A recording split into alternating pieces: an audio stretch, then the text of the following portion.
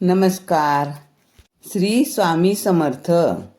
आपण रोज पूजा करतो. मग पूजेत किती अगरबत्त्या लावायच्या, किती अगरबत्त्या जाळल्या म्हणजे काय फायदा मिळतो ते आज आपण पाहूया. जेव्हा तुम्ही पूजा करता तेव्हा कधीही एक अगरबत्ती जाळू नका.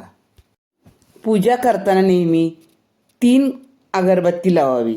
तिसरा क्रमांक शुभ आहे, त्यामुळे नेहमी अगरबत्ती लावताना 3 लावाव्यात. तुमची खूप मोठी पूजा असेल तर 5 अगरबत्ती लावाव्यात. ते अत्यंत शुभ मानले जाते 5 अगरबत्ती लावणे. अगरबत्ती कधीही फुंकर मारून विझवायची नाही. अगरबत्ती 3, 5, 7 किंवा 9 या प्रमाणात लावाव्यात. जर तुम्ही धूप लावत असाल तरी सुद्धा ती संख्या विषमच ठेवावी. 7 अगरबत्ती जाळल्याने उपचार किंवा आध्यात्मिक वाढ होते असे मानले जाते.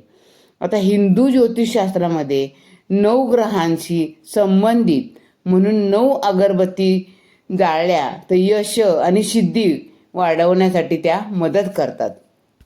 नेहमी अगरबत्ती लावताना विषम संख्येमध्ये लावा. त्यामुळं काय होतं, त्याचे जे शुभ लाभ आहेत ते आपल्याला मिळतात.